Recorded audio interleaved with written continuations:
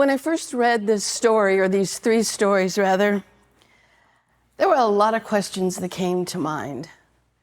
Not the least of which, that continues to be a question for me, is why does Jesus tell the blind men not to spread the good news about their healing, their sight being returned? There are some others. Why didn't he tell the crowd not to spread any news about the girl being raised from the dead? Was this really a leader of the synagogue? Because in the other Gospels, it doesn't say anything about a synagogue. It's only in Matthew. These three stories show up in both in Matthew, Mark, and Luke. So I think they're important, but I've often wondered what among many things are important about these stories. For my mind this week, though, it was always set on the word touch and the many ways that we use touch, some good, some bad. And I thought about our beloved pets as I described to the children, how we cuddle them, a beloved dog or cat or bunny, and stroking its fur seems to calm us and take away our sadness. How we might long for a hug when we've received bad news, or a hug when we greet someone we haven't seen in a long time. And have you ever been walking with a child, you as an adult and much taller than that child, and you feel a hug on your pant leg or on your hand, and Mom, Grandma, Grandpa, look at this, look at that. In today's story, touch is used to heal. But also in these stories, it isn't Jesus who initiated the touch, but the person or the persons seeking healing. All three of these stories imply with that touch a great trust in this man, Jesus.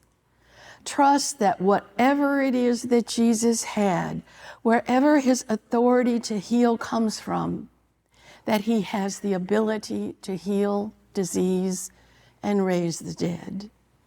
In two of these stories, Jesus calls that trust faith. Faith? What is faith?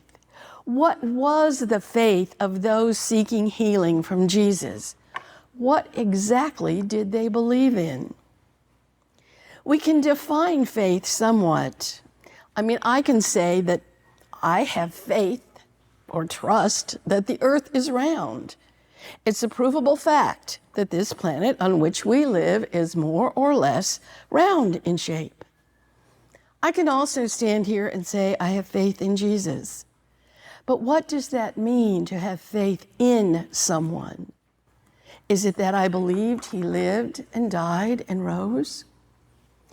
At its core, at least according to Merriam-Webster, faith is a complete trust or strong conviction in something or someone, often held in the absence of absolute proof. Often held in the absence of absolute proof.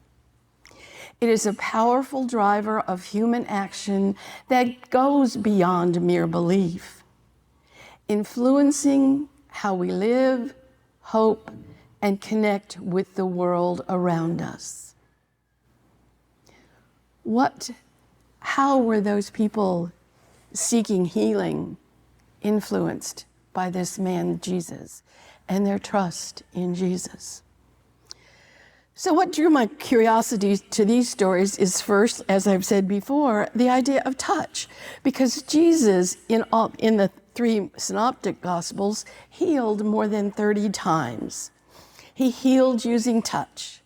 But the second things in this story that drew my curiosity is this notion of faith, or if you will, of trust. Trust coming from the people who sought out Jesus for healing.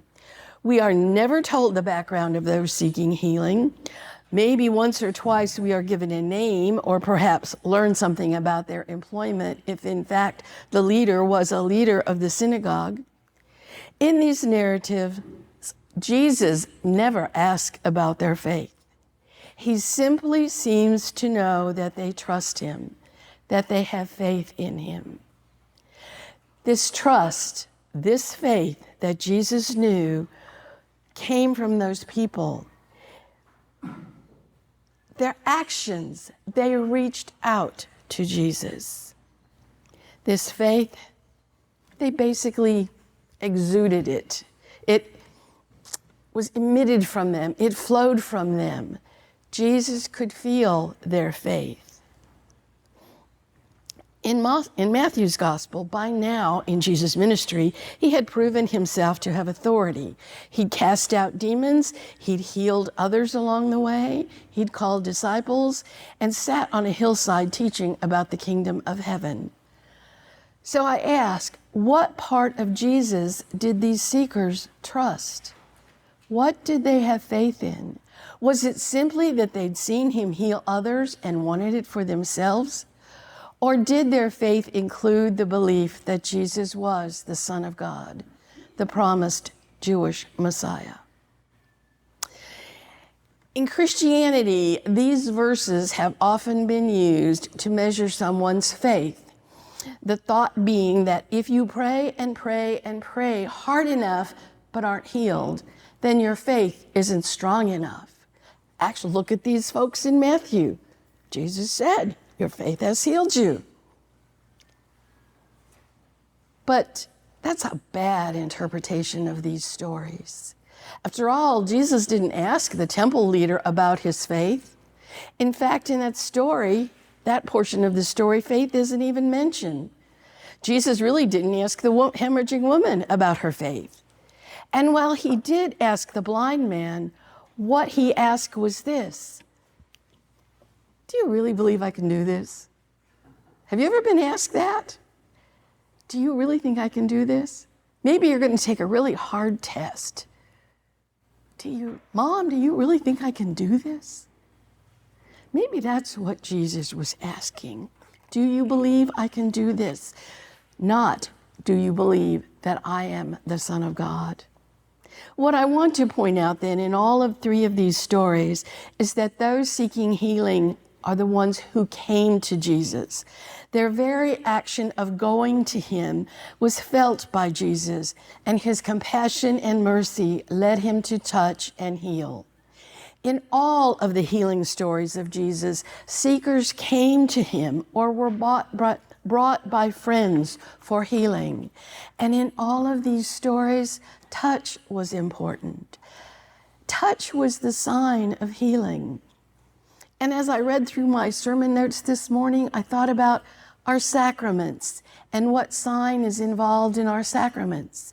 For we believe in the United Church of Christ, the sacraments of baptism and Holy Communion. And in a sacrament, we believe it is an action of God with a visible means. In baptism, that visible means is the water, but it is God calling you a child of God. In Holy Communion, it is Jesus calling you to be part of his death and resurrection. But it is God whose action saves you, not your own. The visible means in the sacrament are the wine or the grape juice and the bread. So in healing, maybe healing is another type of sacrament. Healing could be an act of God with a physical, visible element. The touch of Jesus, or the touch of another person in our context. So what does all of this mean for us? How are we to be part of these healing stories in our time? Touch is important in our time, just as it was 2,000 years ago, and even before that, in the time of the Israelites wandering in the desert, in the times when they were enslaved in Egypt, in the time of Abraham, long before going to Egypt. Touch was important. Touch, and in this case, I mean gentle, compassionate touch, is still important. Jesus' touch healed. And while we may not be miracle workers as Jesus was, our hugs and our smiles and the simple touches can be meaningful to others. But I want to emphasize this. There are folks for whom hugging is not comfortable, for whom even a pat on the arm or hand is not comfortable. So when you go to share a touch with someone, make sure it's okay. Make sure that's okay with them. And don't take it wrong if they say, no, I'm not comfortable. Just realize that's part of who they are. Some people have an aversion to hugs or to touch. Some people have a physical condition where hugging actually hurts them. I had a seminary professor who told us the first day of class, I love you all. I am glad to be teaching you about the Christian life, but please don't come up and hug me because it hurts. We respected that. But there are other ways to touch people. Listening to someone, listening and not thinking about how you're going to respond while you're listening. Just listen. It's amazing how that will help another person maybe work through their own problems. And I have an interesting story from this week. Keith and I were both on a Zoom meeting with someone. It's the first time we'd ever met this person. And at the end of the business that we were trying to do, this person started talking about something that had happened in his life over the past year. And we spent maybe 10 minutes just listening to him recite, rehearse, retell the story of something that wasn't good. Let's put it that way. But listening, you could see that he was working through whatever was going on, and it was going to be all right. Listen without figuring out how you're going to respond or how you're going to solve somebody else's problems. Words of encouragement. When a child or an adult says, you really think I can do this? Tell them, yeah, I think you can do that, right? Words of caring. I'm sorry this has happened to you. But there's one more touch that I need to talk about today. Something that we can all do that spreads to so many others. And that is our touch on the earth. We can touch the earth lightly, but we don't. As part of the Justice and Witness team and going to the AHA this week, we're going to talk about the work of Justice and Witness team in our environmental crises. The United States, Canada, and China are the three biggest users per capita of all of the Earth's resources. Three countries that have a major influence on what happens in the world have a higher per capita use of our natural resources than any other country. That's saying a lot. What can we as the United States, or more than that, what can we as Christians do to learn how to touch the earth lightly? Because we have influence. At creation, when God said, let us make humankind in our image, according to our likeness, let them be fruitful and multiply and fill the earth and subdue it and have dominion over it, God didn't mean destroy it, but to use it for the good of all humanity, not just the United States or Canada or China. Now is the time to touch our earth and all of God's people lightly, as Jesus did, compassionately touching those who are in need, including the earth. For it is in our compassionate touch that God's love of creation flowing through Jesus, touching us, continues to flow through humanity to all of the world, to all of humanity, and to all of God's creation. Remember to touch humanity and the earth, all of God's creation, lightly and with love, as Jesus did. So we all, including the earth, may be healed. Amen.